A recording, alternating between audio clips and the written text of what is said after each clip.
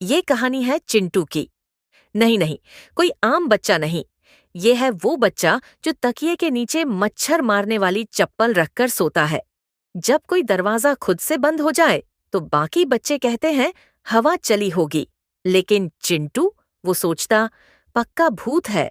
School में सब कहते डरपोक चिंटू, जो रात को बाथरूम भी मम्मी का हाथ पकड़कर जाता था। लेकिन एक दिन कुछ ऐसा हुआ जिससे उसका पूरा नाम बदल गया। डरपोक चिंटू से जादुई हीरो चिंटू। चिंटू के गांव के बाहर एक पुरानी हवेली थी। इतनी पुरानी कि दीवारों पर पान के छींटे फॉसिल बन चुके थे। उस हवेली से रात को आती थी अजीब आवाजें, खड़खड़, खींच, ठक ठक, जैसे कोई चप्पल घसीट रहा हो और झूला खुद ब खुद झूल रहा हो। लोग कहते वहां भूत है, और जो भी गया वो लौटकर आया नहीं। और चिंटू, वो तो हवेली का नाम सुनते ही दादी की गोद में घुस जाता था, जैसे मोबाइल चार्जिंग में लग गया हो। एक तूफानी रात थी।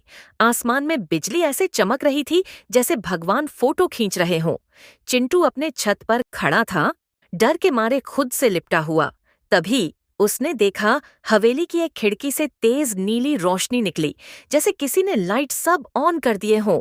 उसी समय आकाश से एक तारा टूटा और सीधा जा गिरा उसी हवेली के ऊपर। और उस पल जैसे किसी अदृश्य ताकत ने चिंटू के पैरों को बांध लिया हो। वो बिना कुछ सोचे, बिना कुछ बोले हवेली की ओर चल पड़ा। हवेली के अंदर अंधेरा था, दीवारें खुद कांप रही थीं, और तब एक अजीब सी खुशबू आई, इमली की। सामने से आया एक भूत, लंबा सफेद दाढ़ी वाला और आंखों पर गोल चश्मा। उसने बोला, मैं हूं रमलाल, जादुई भूत। डर मत, मैं तुझे कोई चप्पल नहीं मारूंगा। चिंटू बोला, आप इमली खा रहे हैं? भूत बोला, भूत हूं, इंसान नहीं कि पिज्जा मांगू। फिर रमलाल ने अपनी टोपी से निकाली एक चमचमाती सी टॉफी।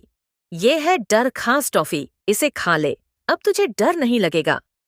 अगली सुबह चिंटू उठा तो कुछ बदला बदला महसूस हुआ। अब वो छिपकली को देखकर भागा नहीं, बल्कि उसे नाम दे दिया, छिप्पू।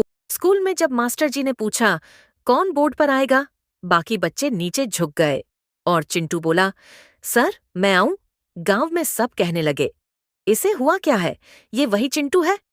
और चिंटू, वो हर जगह जाकर कहता, अब मैं डर से नहीं डरता, डर मुझसे डरता है।